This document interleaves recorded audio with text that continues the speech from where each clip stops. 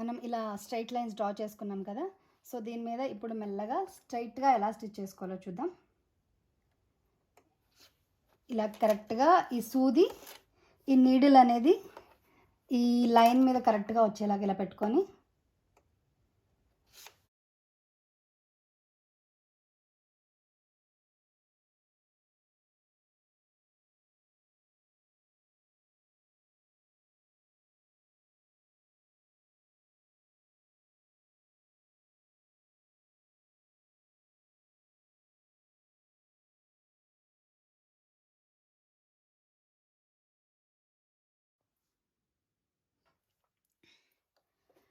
మీకు ఇప్పుడు straight stitch కరెక్ట్గా వచ్చింది అనుకున్నప్పుడు కర్వ్స్ ట్రై చేద్దాం.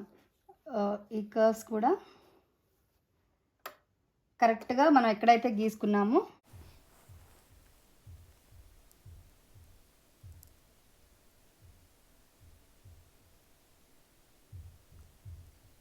ఇలా కర్వ్ స్టిచ్ చేసుకునేటప్పుడు మన కర్వ్కి తగ్గట్టు క్లాత్ని కొంచెం కొంచెం జరుపుకుంటూ ఉండాలి, వీడియోలో చూపిస్తున్నట్టు.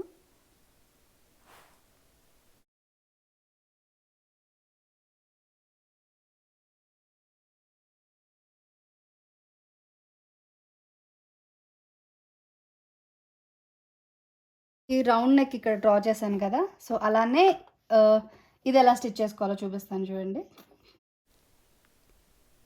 నెక్ స్టిచ్ చేసుకునేటప్పుడు కొంచెం నెమ్మదిగా స్టిచ్ చేసుకోండి. ఇలా వీడియోలో చూపిస్తున్నట్టు మీకు కర్వ్ ఎక్కడ వస్తే అక్కడ క్లాత్ని జరుపుకుంటూ ఉండాలి.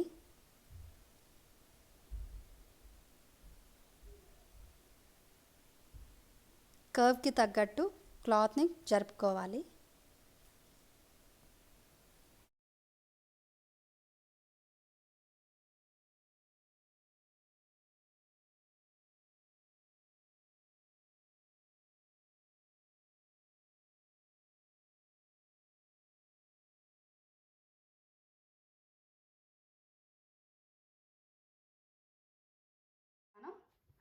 యాక్చువల్ నెక్ లైన్స్ ఎలా ఫినిష్ చేసుకోవాలో చిన్న చిన్న టిప్స్ చెప్తాను. సో దానికోసమని మనం ఆల్రెడీ ఈ పేపర్ కటింగ్ చేసుకున్నాం కదా, దాన్ని యూజ్ చేసి ఫస్ట్ కట్ చేసుకుందాం. సో ఇది ఎలా కట్ చేసుకోవాలంటే ఒక క్లాత్ తీసుకొని ఇలా డబల్ ఫోల్డ్ చేసుకోవాలి. ఇది actual fabric, lining and fabric. మీరు కట్ చేసుకోవడానికి జస్ట్ ఇలా పెట్టేసేసి మీకు పేపర్ కటింగ్స్ చేసుకోవటం వల్ల ఇలా ఈజీ అండి. ఆల్రెడీ చేసి పెట్టేసుకుంటే మీరు ఎప్పటికప్పుడు ఇలా ఫాస్ట్గా కట్ చేసేసుకోవచ్చు. సో ఇలా పెట్టుకొని ఇది జరగకుండా ఉండటానికి ఇలా సూయింగ్ పిన్స్ దొరుకుతాయి కదా, సో వాటిని యూజ్ చేసి జస్ట్ ఇలా పెట్టుకుంటే మీకు ఇవి కదలకుండా ఉంటాయి.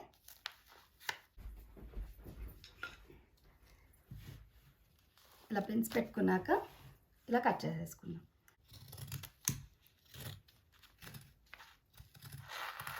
ఇలా సిజర్ని టర్న్ చేసుకుంటూ కట్ చేసుకోవాలి.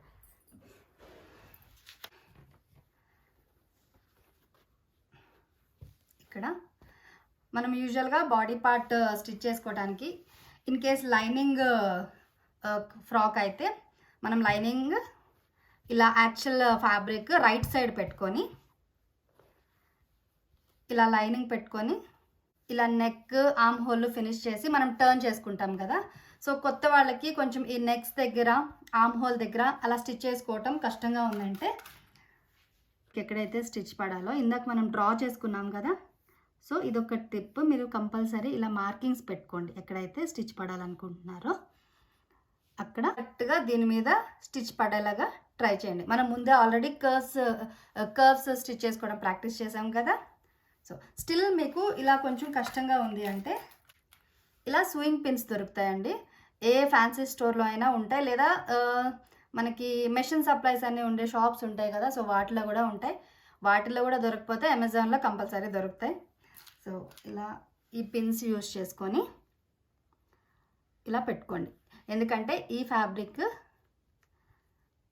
ఈ క్లాత్ ఫస్ట్ మీరు కుట్టేటప్పుడు కదలకుండా ఉండటానికి ఇలా పిన్స్ పెట్టుకోండి. ఈ టిప్ అయితే బాగా పనిచేస్తుంది. అందులో కొత్తకి ఎలా అయితే పెట్టానో ఆర్మ్ హోల్కి కూడా అలానే పిన్స్ పెట్టేసుకోండి. ఇన్ కేస్ మీ దగ్గర పిన్స్ లేకపోతే ఫ్యాబ్రిక్ గ్లూ యూస్ చేయొచ్చు ఇలాగా. సో అదేం లేదు, మీరు మన మెయిన్ ఇంటెన్షన్ ఇదే కదా, ఈ 2 కదలకుండా ఉండేటట్టు చేసుకోవాలి.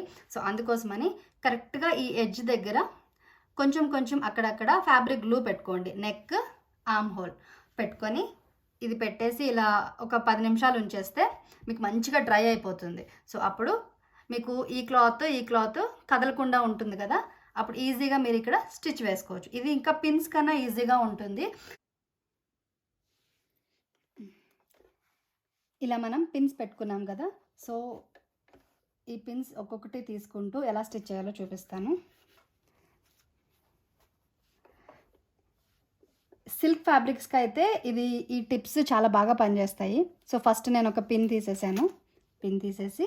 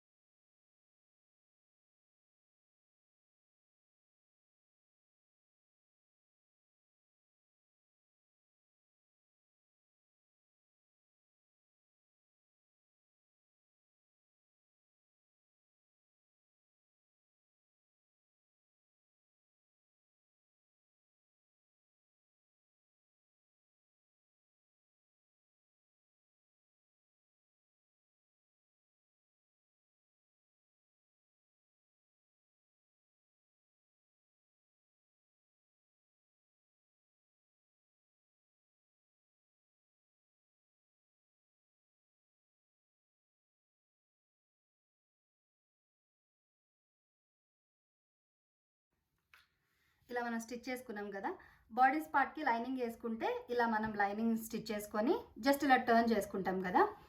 అదే మీరు లైనింగ్ లేని ఫ్రాక్ అనుకోండి, అంటే మీరు టాప్ పార్ట్కి కూడా లైనింగ్ వేయట్లేదు. సో అలాంటప్పుడు మీరు బయాస్ టేప్స్తోని మనం ఈ neck lines, arm whole finish చేసుకోవాలి. ఇలా క్రాస్గా కట్ చేసుకోవాలి పీసెస్. క్రాస్ పట్టీలు అంటారు కదా, మీరు బ్లౌజెస్కి కానీ నెక్ లైన్స్ ఫినిష్ చేయడానికి అందరూ చెప్తూ ఉంటారు కదా, ఈ క్రాస్ పట్టీతో కుట్టుకోండి అని చేసుకోవాలి. క్లాత్ ఇలా స్ట్రైట్గా కాకుండా వంకరగా కట్ చేసుకుంటే, ఇలా నేను కట్ చేసి పెట్టాను. సో ఇది ఇలా స్ట్రెచ్ అవుతుంది అనమాట బాగా. ఇలా స్ట్రెచ్ అయినప్పుడు మీకు నెక్ లైన్స్ ఫినిష్ చేసుకోవడానికి ఈజీ అవుతుంది. ఇలా ఉంటుంది కదా, ఇది ఇలా పెట్టేసి ఇలా టర్న్ చేసుకుంటూ స్టిచ్ చేసుకొని డబుల్ ఫోల్డ్ చేసుకుంటూ ఇలా మూవ్ చేసుకోవచ్చు. లేదు అంటే ఈ స్ట్రిప్ని ఇలా ఫోల్డ్ చేసి ఇలా పెట్టుకొని టర్న్ చేసి ఒక స్టిచ్ వేసి మనం అంబ్రెల్లా కట్ చేసుకోవడానికి యూజువల్గా కాటన్ క్లాత్ కట్ చేసుకున్నంత ఈజీగా ఉండదు. ఇలా సిల్క్ క్లాత్ కానీ ఇలా ఆర్గాన్జా లేదా ఇలా సాటిన్ క్లాత్స్ కట్ చేసుకోవటం. ఎందుకంటే మనం అంబ్రెల్లా కట్ చేసుకోవడానికి ఇలా 2 ఫోల్డ్ చేసుకొని మళ్ళీ దీన్ని ఇలా ట్రయాంగులర్ ఫోల్డ్ చేస్తాం కదా. సో ఈ లోపల క్లాత్ కూడా మనకి జరగకుండా కరెక్ట్గా ఉందో లేదో తెలియదు అనమాట. మూవ్ అయ్యే ఛాన్సెస్ చాలా ఎక్కువ ఉంటాయి. అప్పుడు మీకు ఏమవుతుందంటే స్టిచ్ చేసుకునేటప్పుడు ఫ్రంట్ పీస్ ఒకలాగా, బ్యాక్ పీస్ ఒకలాగా ఉంటుందన్నమాట. సో దానికోసమని ఇది కొంచెం టైం టేకింగ్ ప్రాసెస్, కాకపోతే మీకు అవుట్పుట్ అనేది చాలా మంచిగా వస్తుంది. యూజువల్ అంబ్రెల్లా కట్ చేసుకున్న దానికన్నా కొంచెం టైం ఎక్కువ పడుతుంది. సో దీనికి సేమ్ ఇలానే, దీనికోసమనే క్లాత్ ఇలా 2 ఫోల్డ్ చేసుకొని ఈ క్లాత్ జరిగిపోకుండా ఈ ఎడ్జ్కి ఒక పిన్స్ పెట్టుకోండి. ఇలాగా సైడ్ కూడా క్లాత్ జరిగిపోకుండా ఈ 2 లేయర్స్ సేమ్ ఉండేలాగా పిన్స్ పెట్టుకోండి. మనం ఇలా ట్రయాంగులర్ ఫోల్డ్ చేయకుండా డైరెక్ట్ దీని మీద front piece, back piece cut చేసుకునేటట్టు. సో ఈ కార్నర్లో మనం వేస్ట్ మెజర్మెంట్ తీసుకోవాలి. సో ఇది ఎట్లా అంటే ఇది 2 ఫోల్డ్ ఉంది కాబట్టి లెట్స్ మెజర్మెంట్ 20 ఇంచెస్ అనుకోండి. ఫ్రంట్ పీస్కి 10 అండ్ బ్యాక్ పీస్కి 10 ప్లస్ సీమ్ ఎలవెన్స్ వచ్చేలాగా మార్క్ చేసుకోవాలి.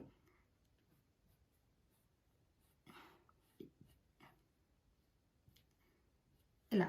సో ఇప్పుడు ఇది మనం మెజర్ చేసుకుంటే 10 + 2 12 ఇంచెస్ వచ్చేలాగా చూసుకోవాలన్నమాట ఇలాగా. సో మనం ఇలా మెజర్ చేసుకుంటే 12 ఇంచెస్ ఉండాలి. సో ఈ మార్కింగ్ దగ్గర నుంచి మనం లెంత్ తీసుకోవాలి.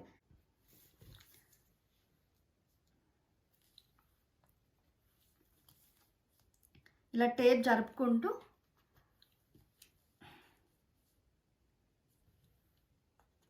మనం లెంత్ మెజర్ చేసుకొని మార్క్ చేసుకోవాలి.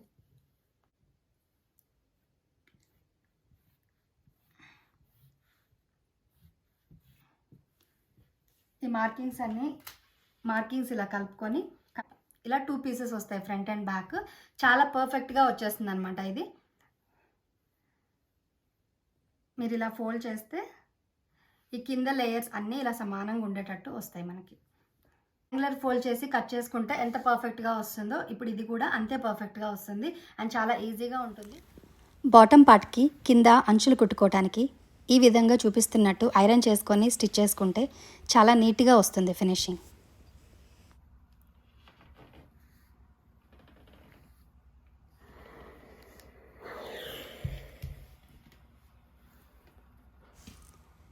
ఇలా ఒకసారి ఐరన్ చేసి మళ్ళీ దాన్ని ఫోల్డ్ చేసుకొని ఐరన్ చేసుకోండి.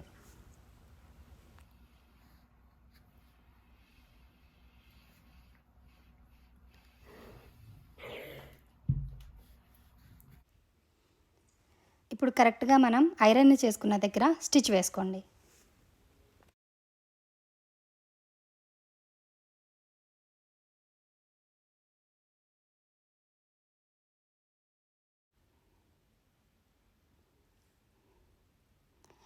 కొత్తగా నేర్చుకునే వాళ్ళు కూడా ఇలా చాలా నీట్గా స్టిచ్ చేసుకోవచ్చు.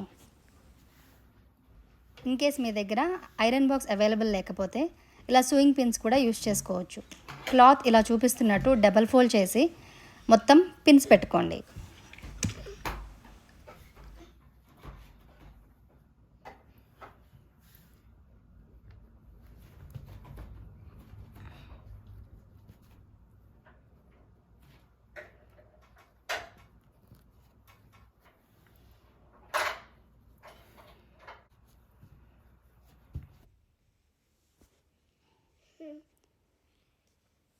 ఇప్పుడు వీడియోలో చూపిస్తున్నట్టు ఒక్కొక్క పిన్ తీసుకుంటూ మెల్లగా స్టిచ్ చేసుకోండి.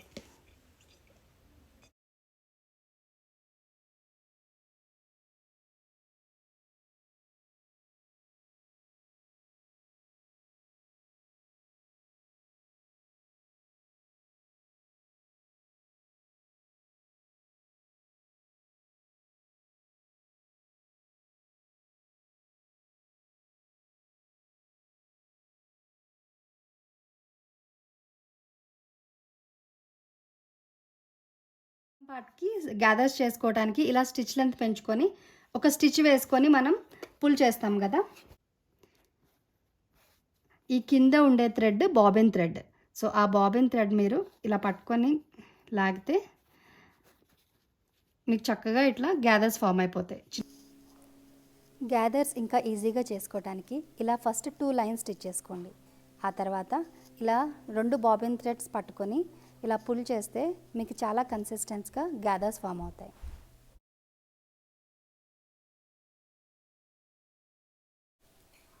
ఈ వీడియో మీకు యూస్ఫుల్గా అనిపిస్తే తప్పకుండా లైక్ చేయండి, షేర్ చేయండి, ఛానల్ని సబ్స్క్రైబ్ చేసుకోండి. Thank you so much for watching.